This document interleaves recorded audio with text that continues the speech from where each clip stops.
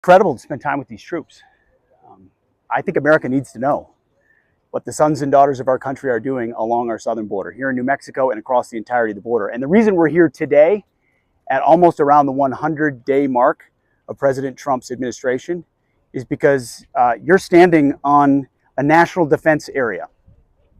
This may as well be a military base inside the United States of America. Newly announced, newly formed. Well, we've got, hand me that sign over there. You've got signs like this one all across the border wall, facing into Mexico. Clear English, clear Spanish. This is Department of Defense property. The National Defense Area, formerly known as the Fort Huachuca Annex Zone, is federal property. Any illegal attempting to enter that zone is entering a military base, a federal protected area. You can be detained, you will be detained. You will be interdicted by U.S. troops and Border Patrol working together. In the past, under the Biden administration, over the past 4 years, if you jumped over the border wall or you walked onto sovereign U.S. soil, you were politely greeted, probably handed a blanket, moved on to the closest NGO, and your facilitation into the country was made easy. And that's why for 4 years, under Joe Biden, we had an invasion of 21 million people. 21 million people crossed the U.S. border that we know of. It's probably more than that. An invasion of people we don't have no idea what their intentions are. They brought drugs, they brought gangs, they brought violence. It was human smuggling. It was a total invasion of our sovereignty. And when President Trump was elected, he followed through on his promise and said, we will get 100% operational control of the southern border because border security is national security. And wrap it as fast as we could from day one. We have operationalized that concept at the southern border, sending troops. You know, I spent some time in the news business before I did this.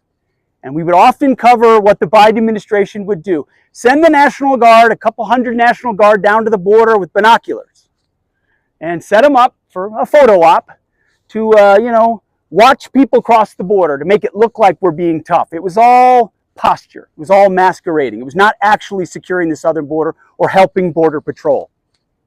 This administration is a 180 in the other direction. We are getting complete control of the border, and the military that's here now is fully empowered with every authority they need. Inside the National Defense Area, which you're standing in right now, with these signs that warn you're entering it, if you are an illegal crossing, you will be monitored, you will be detained by U.S. troops. You will be detained temporarily and handed over to Customs and Border Patrol. If you have cut through a fence or jumped over a fence, that's destruction of government property. If you have attempted to evade, that's evading law enforcement, just like you would any other military base. You add up the charges of what you can be charged with, misdemeanors and felonies, you could be looking up to 10 years in prison when prosecuted. And by the way, I had a chance to meet the U.S. Attorney for New Mexico. He can't wait to prosecute the first group of people or individual that attempts to enter and traffic through the National Defense Area. It's 170 miles right now with varying depths. This one's attached to Fort Huachuca, but this is just phase one. So it's going to be expanded across the border, and our military with our friends in the CBP are going to lock this thing down. Crossings are down 97%, in some places 99% since President Trump was elected. The cartels on the other side, designated foreign terrorist organizations, they know we mean business because they've seen CBP, they've seen our troops, they've watched them in kit, they're out here in strikers, they've got long-range surveillance, we've got drones, we're prepared to detain and interdict. They know we mean business, but they weren't counting on a national defense area. They weren't counting on effectively a military base along the border, where our U.S. troops are now defending our border. I've had a chance to meet staff sergeants and second lieutenants and company commanders and battalion commanders and all the troops in between. And they are motivated. They're motivated because they've spent 20 years guarding other people's borders on sand, just like this, other people's soil, other people's sovereignty. Under this administration, we defend our soil. We know who comes in. And if you try to come in illegally as a cartel, or you try to smuggle or traffic, you will be detained by a member of the U.S. military. And you will be handed over to Customs and Border Patrol. And then you will be prosecuted by the Department of Justice, and you will be charged to the maximum extent of the law. We said we would follow through. We're only 100 days in. But when I see the motivation of these guys, these members of a Stryker battalion or the Marine Corps that are doing their job, putting in barriers, surveilling, patrolling, they're motivated because they're doing it for us. They're doing it for the American people right here on sovereign U.S. soil, which is what President Trump promised he would deliver. So hand me that sign one more time. These are the signs that are going to crisscross the national defense area. There will be more of them. They will be 100 meters apart, more or less. You cross our border illegally, you will see them. It's clearly posted, and when you ignore them, you will be prosecuted. That's the kind of message President Trump has sent from day one. I want to end by noting that this mission is not without risk.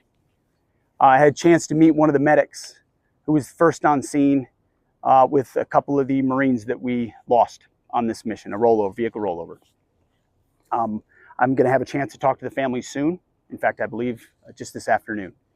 We want to express our dearest condolences, a recognition that no service is without sacrifice and no mission is routine. These are incredible Americans. I was told the third that was in critical condition is improving, thank God, thanks to the care immediately provided on site. So I know when I look at the metrics in the Pentagon that there's a human being behind every interdiction, every single reconnaissance, every single mission. And we take that seriously, and my job is to give them every authority, every backup possible. And President Trump, every single day, is focused on the sovereignty and protection of the American people. This mission right here is what America First looks like. This mission is peace through strength.